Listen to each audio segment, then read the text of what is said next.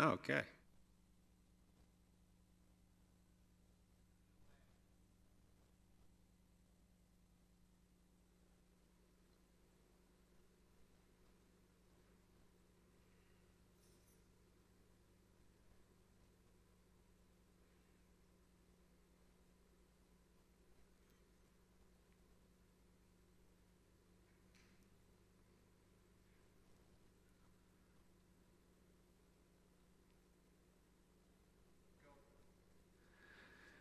Well, welcome to this lecture on C.S. Lewis, 20th Century Christian. This is the last in a series of lectures for those of you who have been physically present at Mountain View Presbyterian Church.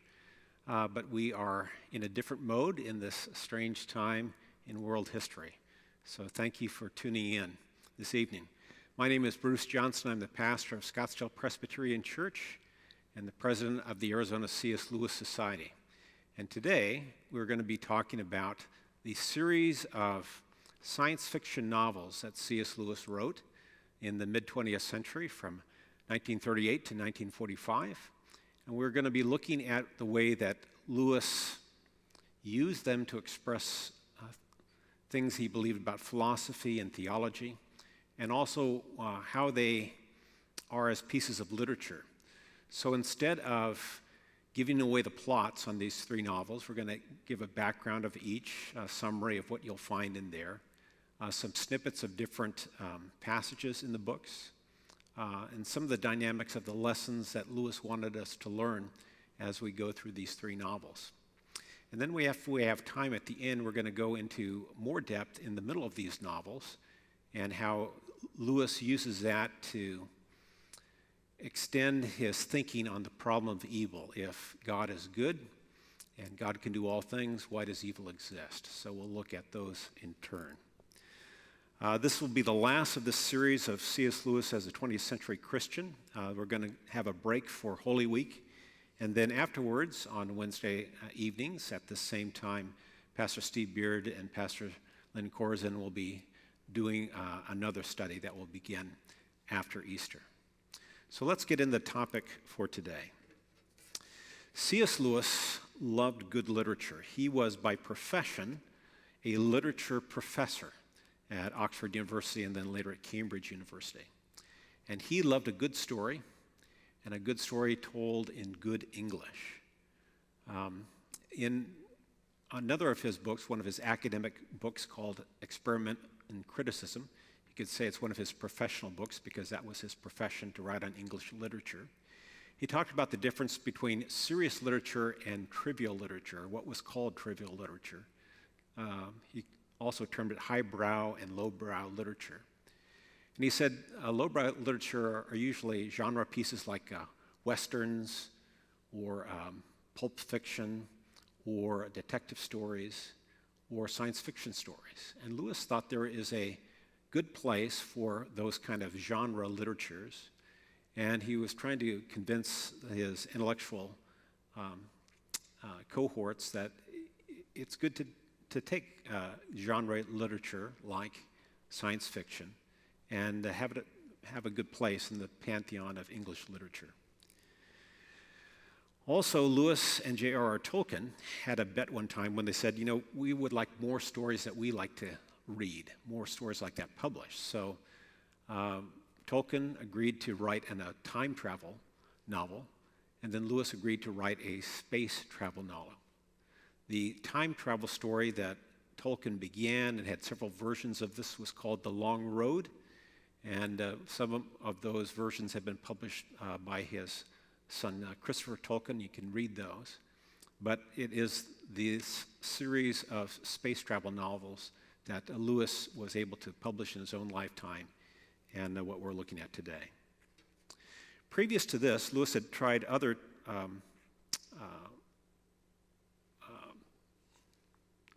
attempts at writing literature, because remember, he's writing professionally, English literature criticism, but he had also written some poetry and some fiction. He started an Irish novel, which he never finished, called The Easley Fragment. It's since been published. I had the opportunity to co-publish that with David Downing, who is the co-director of the Merriam-Wade Center in Illinois. He and I did that. There's also his books, Pilgrim's Regress, and Dimer, which was the first of his books that he wrote. And later, Lewis wrote fictions, the Screwtape Letters, The Great Divorce, Till We Have Faces, and all the Narnia Chronicles. But all of those came after his space trilogy novels. Lewis was involved in writing shorter stories. We have about 7 of these that have been published, 6 or 7 of these, most of them in his own lifetime. Some of them were published in magazines like Fantasy and Science Fiction, kind of a pulp magazine, larger magazine for science fiction stories. And then besides the short stories, Lewis did long poems, Dimer, Lancelot, The Nameless Isle, and The Queen of Drum. And Lewis was involved in thinking about space travel going back to his boyhood. He wrote, as a child, a story To Mars and Back. And then he wrote the trilogy of science fiction stories, sometimes called the Ransom Trilogy, because of the main character, Elwin Ransom, who appears in all 3 novels. And then he also wrote 2 other short stories about space travel, Ministering Angels, about a colony on Mars, and Forms of Things Unknown, about people traveling to the moon. Lewis, because he had a classic background, he was trained in English literature, and he was also trained in classics. And he knew a lot about the ancient mythology of the planets and how that continued to have an effect into the medieval mind. In one of his professional books, The Discarded Image, he writes this about how the effect of the classical mythology of the planets continued not only in the classical period, but into the Christian period and into the medieval times. Lewis writes, despite this careful watch against planetolatry, that is, the worship of the planets themselves as gods, the planets continue to be called by their divine names, and their representations in art and poetry are all derived from the pagan poets, not till later from pagan sculptors. The results are sometimes comic. The ancients had described Mars fully armored and in his chariot. Medieval artists, translating this image into contemporary terms, accordingly depicted him as a knight in plate armor seated on a farm wagon, which may have suggested the stories of Chartrand's Lancelot. Modern readers sometimes discuss whether when Jupiter or Venus is mentioned by a medieval poet, he means the planet or the deity. It is doubtful whether the question ultimately admits an answer. Certainly must never assume without special evidence that such personages as Glower or Chaucer are merely mythological figures as they are in Shelley or Keats. They are planets as well as gods. So that a lot of thinking academically of Lewis had gone into this before he writes these science fiction stories. Now, when we look at the genre of, one thing else I should mention, when Lewis was writing this, we knew very little about the planets. Those of you who live in Arizona remember the name of the person in Flagstaff who discovered the planet Pluto, Clyde Tombaugh. And there was a lecture that Clyde Tombaugh did in the early 1960s in which he's talking about the canals of Mars, which is an extraordinary thing. You would think that we would know more about Mars in the early 60s, but we really did not. It's later on when we start to have space missions out to the planets where we have better images of them and are able to talk more about their atmosphere, discover more of the planets around Jupiter and Saturn and things like that. But when Lewis was writing the story, we actually knew very little about the planets. All kind of murky. So let's talk about science fiction genres that we are familiar with. Up until the mid-20th century, we have kind of hard science fiction novels like Jules Verne. Jules Verne and his novels like 20,000 Leagues Under the Sea, he's really trying to describe the world around them in a fantastic story, but using the state of science that's known at that time. Then you have people like H.G. Wells, and that's more like soft science fiction. He's not trying to be precise about scientific details, but he's using them to talk about what it is to be human and to tell a good story. So they're more concerned about things like the voyage or what is the final state of man. The voyage is like the first men on the moon, which H.G. Wells wrote in the early 20th century, or eschatological, where are we headed? The Time Machine by H.G. Wells does that, and that was written in the late 19th century. And then they have dystopian science fiction, where everything is going to hell in a handbasket, kind of like today when dealing with this pandemic. But an example of that would be Brave New World by Alex Huxley. And actually those three elements, the voyage, where are we headed, eschatological, and dystopia, we see in these three novels by C.S. Lewis. Out of the Silent Planet, the first of the novels, is a voyage novel. Pearlandra, the middle novel, is really about where are we headed. And dystopia form is what we see in That Hideous Strength, the third of the novels, in which things really start to go south for the human race. And you wonder, will we survive or not? So let's look at Out of the Silent Planet. As I said, Out of the Silent Planet has some features, some elements in common with H.G. Wells' First Man on the Moon. Both of them travel in space in a sphere.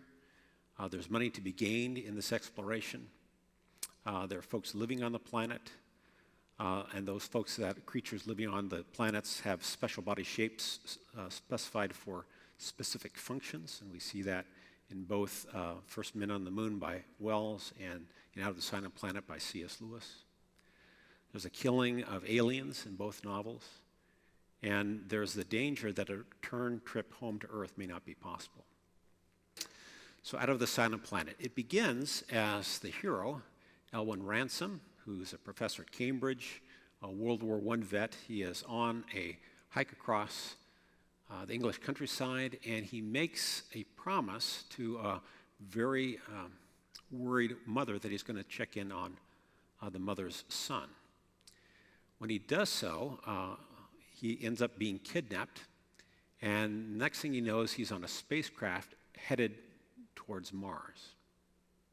And in this journey, as the hero, Ransom, goes towards Mars, a transformation begins to take place. Because if you're going to go on a journey in a story, you want something to happen. You want some transformation, some development of the character. And what begins to happen with Ransom is that he comes to understand that space isn't empty, but space is full of life.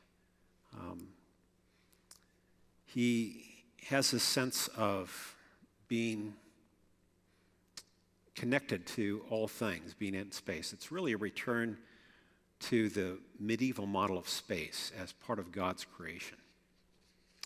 Well, he's on that spacecraft because he's been kidnapped by Dr. Weston and Dick Devine. And discovers that he's been kidnapped because he is meant to be a sacrifice to the Martians, and so that Devine and Dr. Weston can earn some money. Lewis said that he first learned from David Lindsay that a journey to the planets can be used to talk about a spiritual adventure. And Lewis is using this in a spiritual adventure. David Lindsay wrote a book, Voyage to Arcturus, which no one ever reads except fans of C.S. Lewis these days. But it's a very strange novel. There has the hero in that novel is transformed physically. But in Out of the Silent Planet, Ransom is formed inwardly and spiritually. So they land on Mars, and Ransom gets his first look at the Sorns, the Soroni, who are 2 or 3 times larger than human beings. And he's just terrified. There's a scuffle. He's able to run away. And when he runs, he meets a second species on the planet Mars. And that species is, there they are, the Rosa. And Harosa are different from the Sorns. Harosa are like 9 feet tall otters or seals with black fur and whiskers. They experiment in music and poetry. The Sorns focus on learning and herding. And Ransom becomes kind of part of their culture, part of their tribe.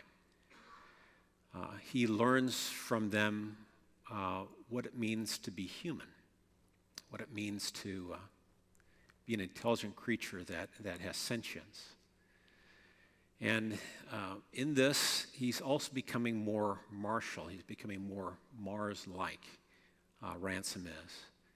One of the great things the Harosa do is they go after this Hanakra, this water creature, and they go to hunt it and kill it.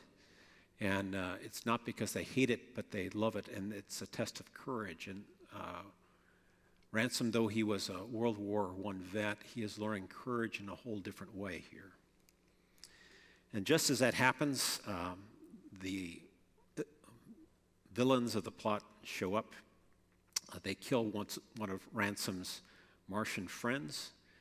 And to rectify all this, Ransom has to go to the place where the head of the whole planet is, the Harosa.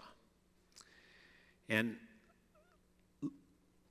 Ransom is trying to figure out, well, what is it? Is it Harosa one of the Eldil that you've talked about, which are creatures that are there but kind of not there? You can't see them, but they're important. And so one of the Sorns tells Ransom, Harosa do not die, and he does not breed. He is one of his kind, who was put into Malacandra, which is the Martian name for Mars, put into Malacandra to rule when Malacandra was made. His body is not like yours, not like ours. It's hard to see. The light goes through it. Like an Eldil, Ransom says, yes, he is the greatest of the Eldilla, whoever came to the Handra, to the earth part, the land of Mars. It is on, or in this grand city in Mars, on Malacandra, on Melanlorn, where Ransom meets the Harosa. And the Harosa wants to know all about what Mal-Eldil, the lord of the Eldil, did on Thalacandra, which is their word for earth. What is it that the head of all the Eldil, the head of all the angels, did on earth? And Ransom is about to respond, but he's interrupted again by Dick Devine and Ransom, and Weston. And what happens then is this whole scene where Dr. Weston is trying to explain and trying to talk down to all of the inhabitants of Mars. And yet it's clear that what he says has really no meaning. At one point, he hears a roar from the crowd. And Dr. Weston, who is speaking very broken Martian, says, "You no roar at me. No try make me afraid. Me no afraid of you." And then the Harosa says, "You must forgive my people. But they are not roaring at you. They are laughing." And Lewis, in this great exchange, as Ransom is trying to translate into better Martian, to the old solar language, what the scientist is trying to say, it really tears apart the scientist's argument of superiority of the human race and the value of human beings populating other planets as a good in and of itself. So what are the lessons that Lewis is trying to tell us here in this novel? There's a difference between language and substance. We've all met people that talk good talk, but they really don't say anything. A lot of times politicians are that way, but other people are that way too. So he really is drawing a great distinction between the two of those. He talks a little bit here about the problem of pain. We see Ransom experience the death of a friend and what that would mean. He fears his own life. There's a lot here about sin and free will and providence, the nature of what religion is, and the martial qualities the things that are developed in Ransom because he has lived in Mars, things like qualities of courage and strength and focus. And probably most importantly, Lewis says in this novel, that some of the virtues being cast aside in his own lifetime by people that are following science as a religion, some of those virtues being cast aside are the very things that make us human. So it's a deep and meaningful novel to him. Now, after Lewis wrote that, it was published in 1938, Lewis read 70 reviews of his book, like any good author would if he had 70 reviews. He found out of those 60 reviews, only 2 saw anything religious in what he was trying to describe here. And it convinced Lewis that you can smuggle any amount of theology into people's minds under the cover of romance without them knowing that. So it was, that was published in 1938, and then World War II started the following year for Britain. And Lewis began a sequel to Out of the Silent Planet. First, he began a sequel that he wasn't able to finish. He kind of wrote himself into a corner. We have that fragment now that's called The Dark Tower, and you can read that where Lewis seems to be doing something interdimensional travel. In that story, we have Ransom as one of the main characters again. But he abandons that and he pursues this second novel called Pearlandra. Pearlandra is the name of Venus in Old Solar.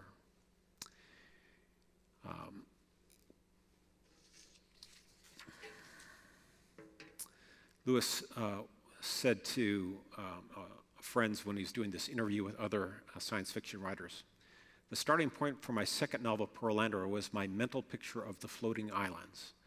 The whole of the rest of my labors, in a sense, consisted of building up a world in which floating islands could exist." And then, of course, the story about an averted fall develops. This because, as you know, having got your people to this exciting country, something must happen. And in that plot of Pearlandra, we have Ransom being summoned by the Eldils. They're sending him to a mission. And he's put into this strange box. It's almost like a coffin. And he's taken by divine powers and transported to the planet Venus. And there, as he comes down, he really splashes down because he finds that Venus is a watery planet. And there are every once in a while some islands that are there that are floating. And on these islands, he meets the Eve of this planet. It is an unfallen world. So it's an Adam and Eve in this world that have not disobeyed God. And so it's a very interesting world that he describes for us here. There are elements in Pearlandra that are drawn from Milton's Paradise Lost, things like obedience tied to morally indifferent action. By pure obedience, we just obey God because it's the right thing to do. Eve is tempted not by Satan, but by Satan in a serpent's body. In this case, it'll be the Eve of this world, tempted by somebody in a human body, not Ransom's. And Eve's imagination is corrupted before she can actually be willed to disobey God. She has to have the way she views her world changed. And temptation occurred while Adam and Eve are separated. So all those things that you see in Paradise Lost are elements that we find in the story too. It also has elements that are drawn from H.G. Wells' Time Machine. You have a center story flashback. You have wounded flowers. You have an attempt to protect the heroine. You have discussion about evolution. And you have a fight that takes place underground. And then in the end of the novel, you have this vision of humanity's final destination. When Ransom lands in Pearlandra, and before he meets the green woman, the Eve of this planet, he notices that there are some plants there, and in the plants they grow these bubbles. And they hang right over his head, and when he goes to the bubbles, it bursts over him, and he's so refreshed. It's this delightful, sensual experience. Looking at the fine cluster of bubbles which hung above his head, he thought how easy it would be to get up and plunge oneself through the whole lot of them, and to feel all at once that magical refreshment multiplied tenfold. But he was restrained by the same sort of feeling which had restrained him overnight from tasting the second gourd earlier in the story. He'd always disliked people who had encountered a favorite air in opera, who wanted it encored right away. That just spoils it, had been his comment. But this now appeared to him as a principle of far wider application and deeper moment. This itch to have things over again, as if life were a film that could be unrolled twice or even made to work backwards. Was it possibly the root of all evil? So in this world, again, the spiritual transformation of Ransom is taking place, even as he has this adventure. So he meets the green woman. He discovers that she's unfallen, and he begins to talk with her about how important it is to obey God. Let's see. But the trouble comes because soon after Ransom appears on the island, the enemy from the first novel, Weston, appears again. And Weston has learned more of Old Solar now, so he's completely fluent. So Ransom no longer has the advantage of having superior language skills. Now he has to confront somebody who has a very different philosophy. And not only that, since the first novel and the second novel, he's had contact with other creatures and finally gives in to those other creatures and really loses himself. It's a version here of demonic possession. And from that time on, Ransom begins referring to Dr. Weston as the Unman. And the Unman, Satan's agent, is trying to tempt the Eve of this planet, Trendril, to get her to disobey God.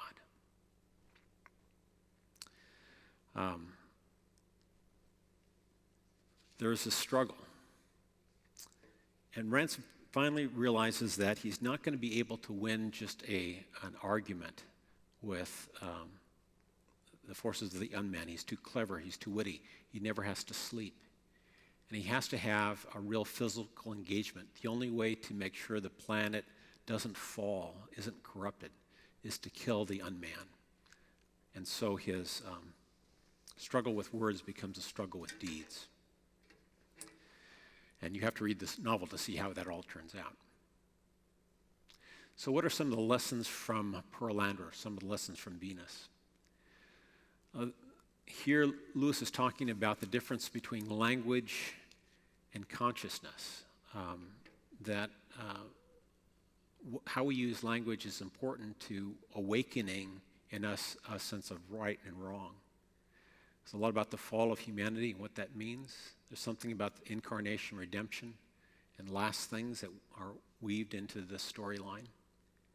There's also this interesting concept Lewis has, and he has it in other places of his writing, of accepting the good that is offered rather than some other good.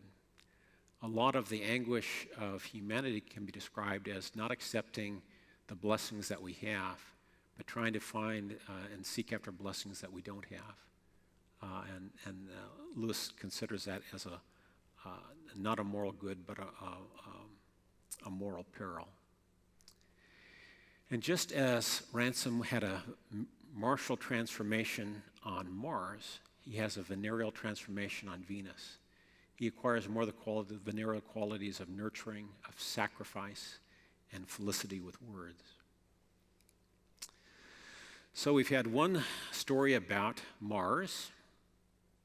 We've had one story about Venus. So what do you think the third story is going to be about? The third story, That Hideous Strength, is about man and woman. It is about marriage. And we see this in the opening lines of this, where we read in That Hideous Strength, "Matrimony was ordained thirdly," said Jane Studcock to herself, for the mutual society, help, and comfort that one ought to have of the other. And here she is recalling the words of the Anglican prayer book, the Church of England's prayer book, in the liturgy for the solemnization of a marriage. And this makes her, Jane Studdock, think about her own marriage. She says, mutual society and comfort, Jane said bitterly. In reality, marriage had proved to be the door out of a world of work and camaraderie and laughter and innumerable things to do into something like solitary confinement. For some years before their marriage, she had never seen so little of Mark. Mark Studdock is her husband, as she had done in the last 6 months. Even when he was home, he hardly ever talked. He was always either sleepy or intellectually preoccupied. While they had been friends, and later when they were lovers, life itself had seemed too short for all they had to say to each other. But now, why had he married her? Was he still in love? If so, being in love must mean totally different things to men and women. Was it the crude truth that all the endless talk, which had seemed to her before they were married, the very medium of love itself, had never been to him more than a preliminary? And so you see right away that these two main figures in this story, the husband and wife, Jane and Mark Studdock, have a marriage that is not going well. And part of why it was not going well is that they were never given the resources to be able to live lives of virtue where you put the needs of others before yourself. They had had modern education. And Lewis, in his preference to That Hideous Strength, he says that what he's trying to do here is do imaginatively what he did in his book, The Abolition of Man, which we talked about several weeks ago. So the phrase, That Hideous Strength, is taken from a poem of Sir David Lindsay about the Tower of Babel. And confusion of languages is an element that comes in the story very late on. Lewis had been thinking about an idea of a horror play of a scientist who discovered a means of keeping the brain and motor nerves alive in a corpse by means of injections.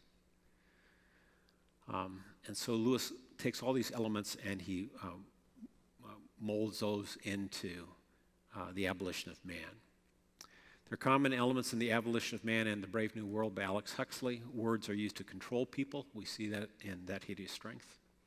And the only ones steeped in traditional learning are able to see through that, to that manipulation of words. And there are a lot of elements also in the story to the various novels of Charles Williams, particularly The Place of the Lion. In all of Charles Williams' novels, another reality breaks into our own reality. And in The Place of the Lion, the heroine studies ancient wisdom, but she's not made any wiser by that. So what's the story itself? Well, it starts out in Bracton College, and there Mark has a job, and he's being lured away by a new organization, kind of new people on the post-war Britain that come about, the National Institute for the Coordination of Experiments, NICE. And they have this vague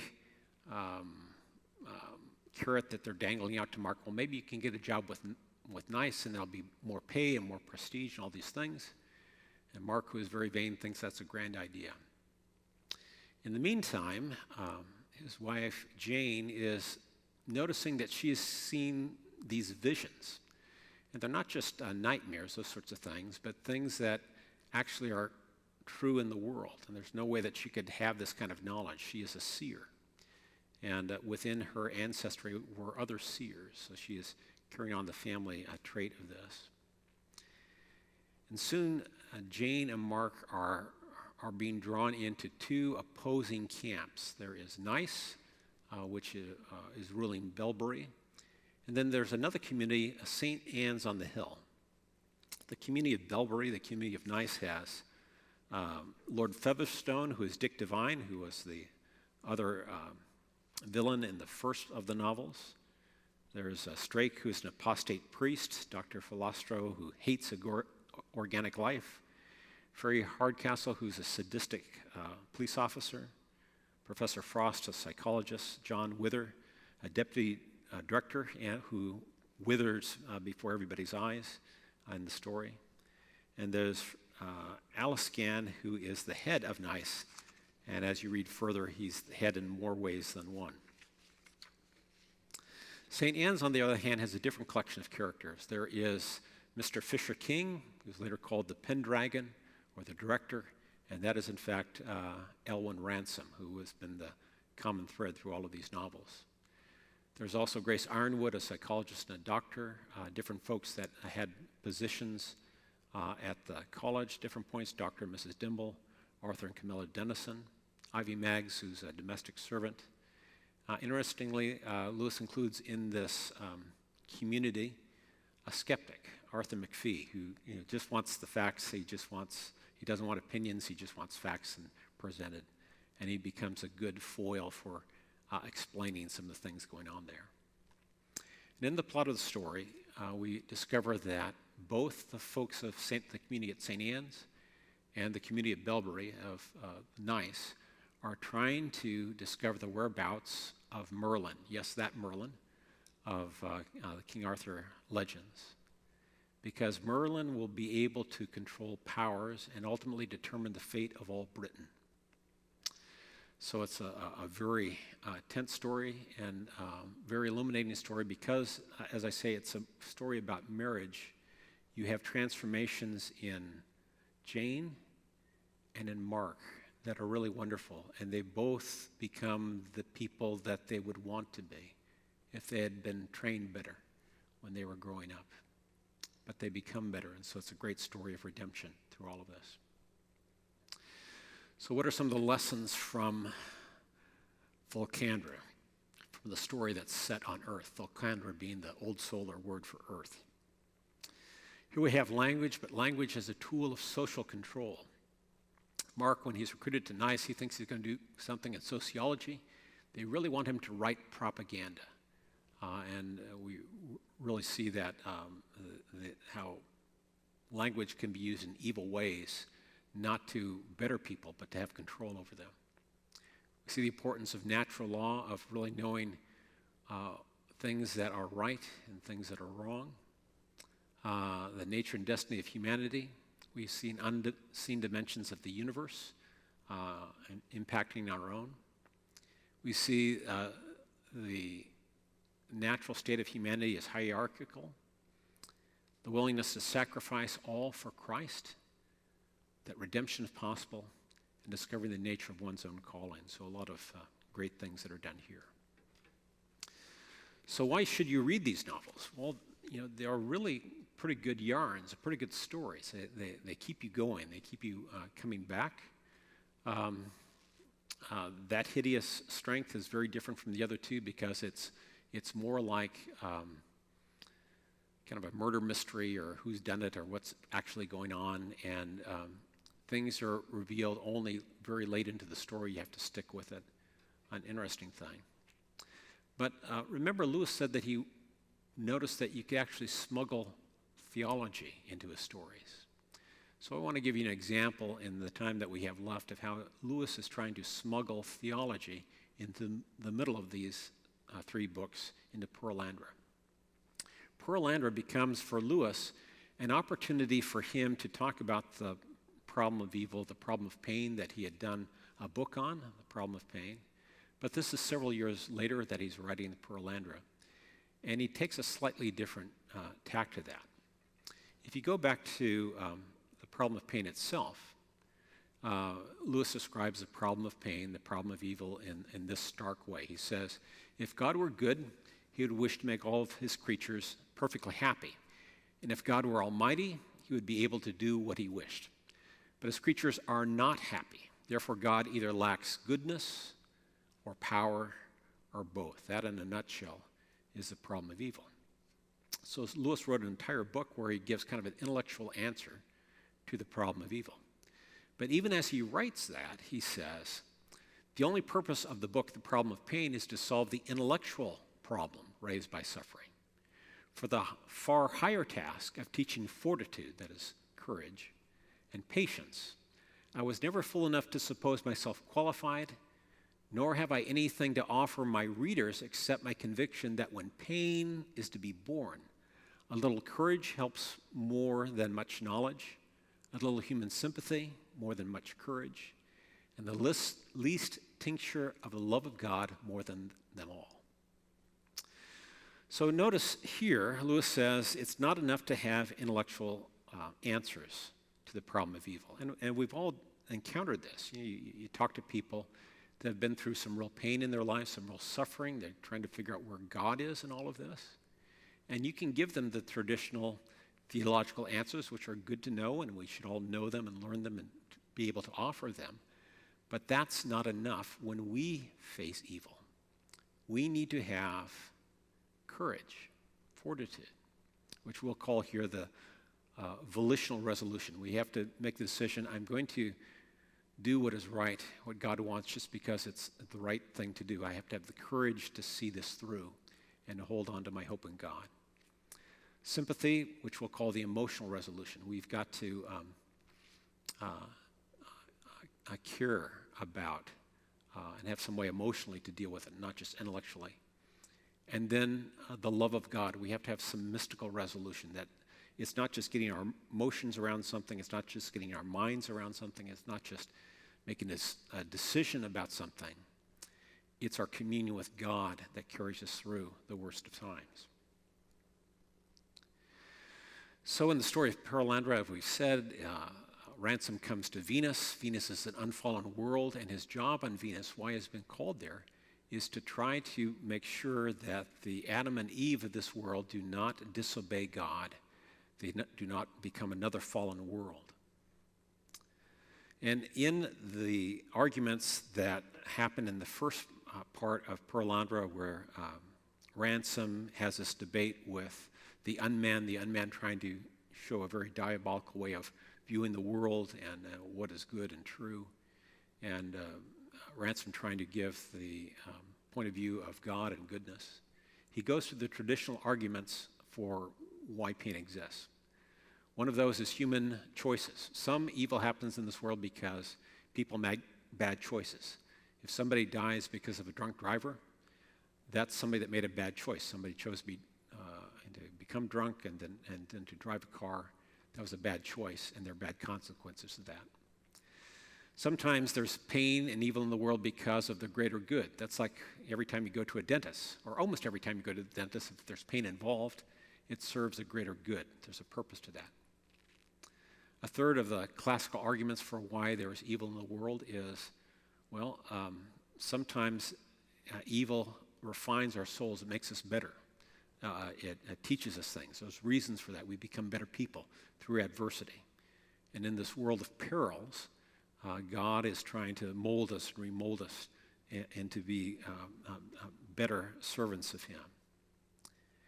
And then the fourth of the traditional answers for why there is evil is diabolical evil. Evil that is so horrible or on such a vast scale that it can only be explained by we don't really know why. Maybe there's non-human causes of some of the evil that's in this world. So all four of those you see in the dialogues that happen between Tyndrell, the Green Lady, and Weston, who's become the unman, and Ransom. And sometimes Ransom wins the day in the argument. At one point, Ransom asks the Green Lady, "Where can you taste the joy of obeying unless he bids you to do something for which his bidding is the only reason?" It's going back to the one of the first arguments. You just got to do the right thing because it's the right thing. And Tyndrell responds, "Oh, how well he sees it." That is, how God, how Maleldil, how Jesus sees it. We cannot walk out of Maleldil's will, but he has given us a way to walk out of our will. How beautiful Maleldil, how beautiful is Christ, in other words. How wonderful are his works. Perhaps he will bring out of me daughters as much greater than as I am greater than the beasts. It will be better than I thought. But things don't always go well in his arguments with the unman and the Green Lady. And in the novel, Lewis describes it this way: Weston's body, traveling in space had been the bridge by which something else had invaded Pearlandra, whether that supreme and original evil, whom in Mars they call the Bent One, that is Satan, or one of his lesser followers, made no difference. Ransom was all gooseflesh, and his knees kept getting in each other's ways. He was discovering that he's really dealing with evil itself, evil incarnate in the unman. And as the days go on, Ransom becomes wearier. He knows that this has got to end at some point. He has a time when the unman has produced this mirror and is trying to get the green lady to be vain about her own beauty, and begins to tell the green lady how she can put on makeup. And she turns to Ransom and says, doesn't it make me pretty? And he says in haste, no, and it's a lie. And it crushes him. Here he is telling a lie in an unfallen world. Even the smallest sin is just unbearable to him in that instance. Ransom's looking at his options here. He says, it's unfair.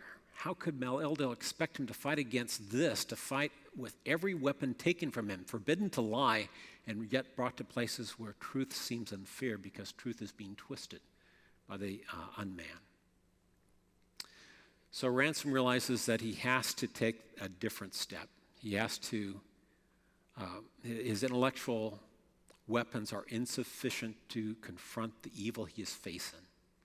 He has to become the embodiment of good, fighting the evil that is around him. Lewis, around this time, has begun reading Julian of Norwich. Lady Julian was the first woman that we have record of that wrote a book in English. And she had this vision of Christ telling her, all will be well, and all will be well, and all manner of things will be well. And this becomes, for Lewis, a phrase he returns to again and again and again.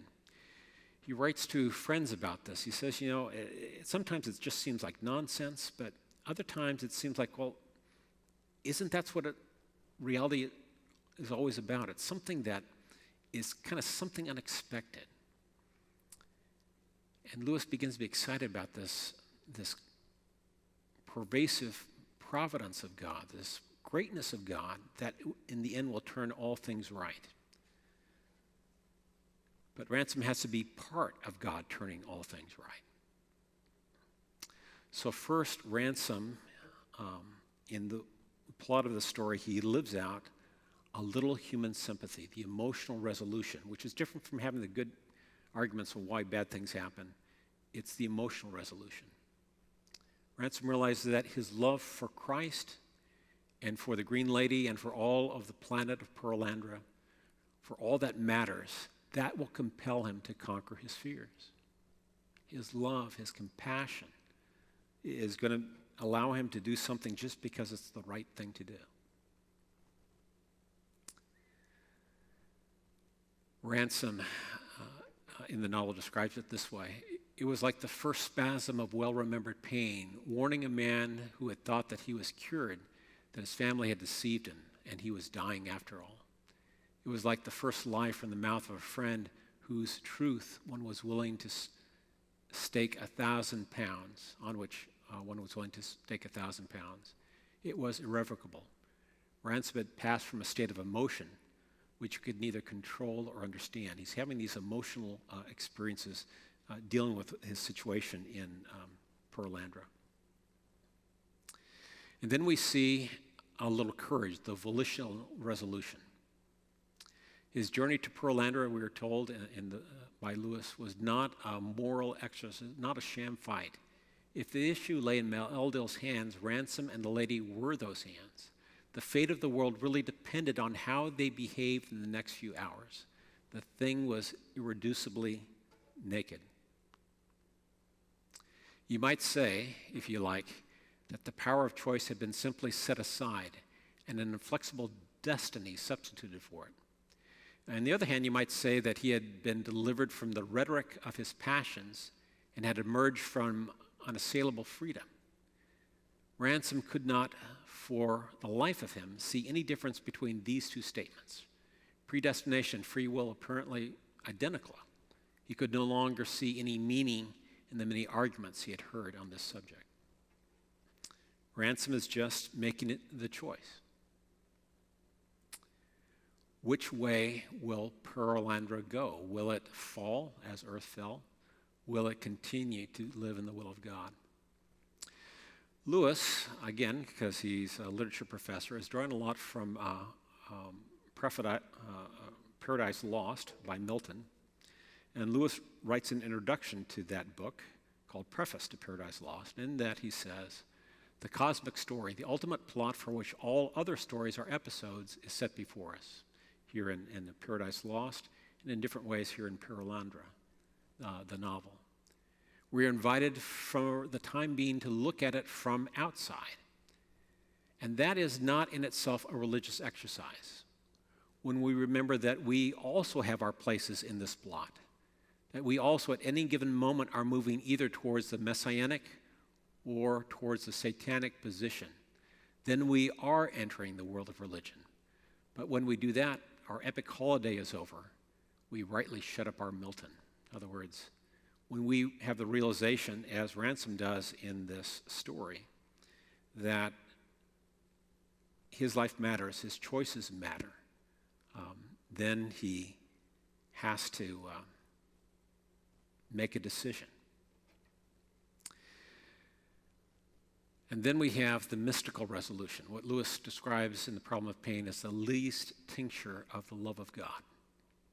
In one of the final scenes on that planet, there is this giant cosmic dance, and it's like a mystical experience that Ransom has. And as we identify with Ransom, we have that mystical experience too.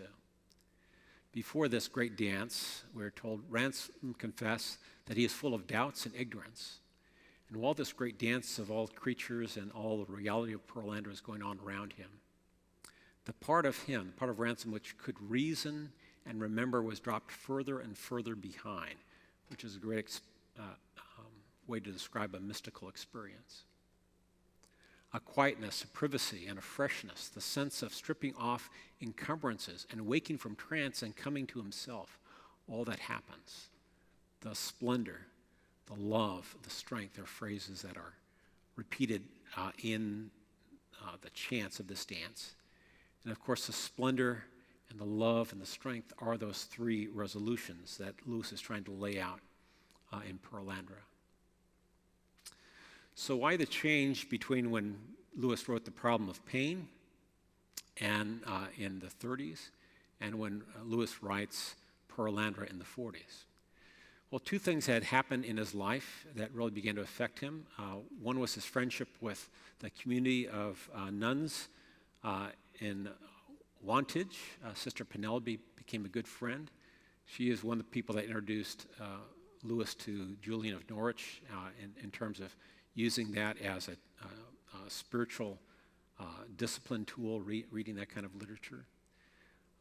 And also, Lewis later entrusts to that same convent the original manuscript, the original draft of the Screwtape Letters. So they were very, very close.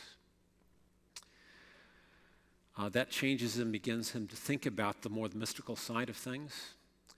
And the second thing that happens is that Lewis began speaking with the Royal Air Force. He does this between 1941 and 1945. He begins, and he doesn't do a very good job on his first going with the Royal Air Force, but he eventually gets the hang of it.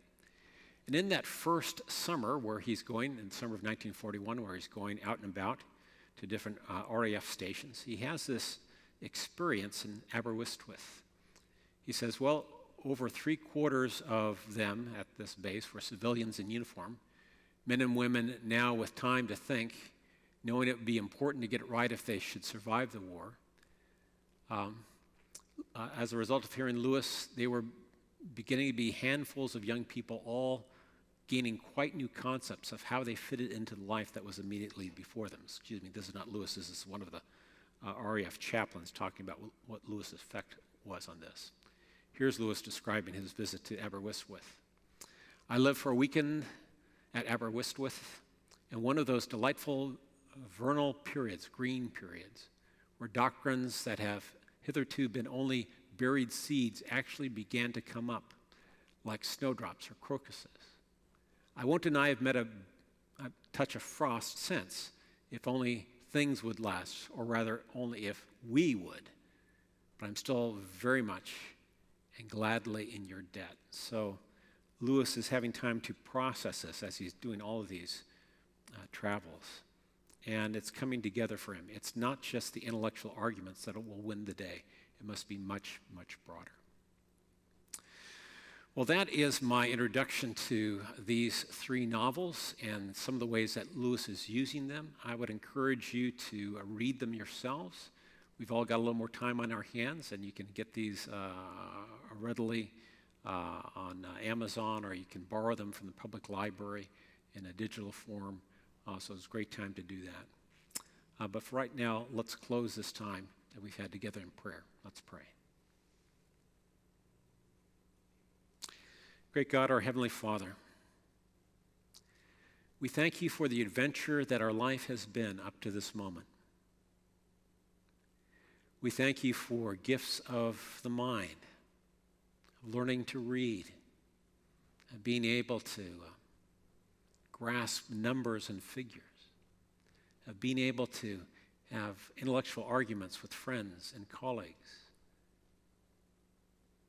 We thank you for the opportunities we have now to show true courage and true love. We ask for your help in doing those things. We thank you for the gift that C.S. Lewis continues to be to the world, and especially to the body of Christ. And we pray that we would, like Lewis, use all the gifts that you've given each one of us for you and for good. Lord, thank you for this time we've had together. In Jesus' name, amen.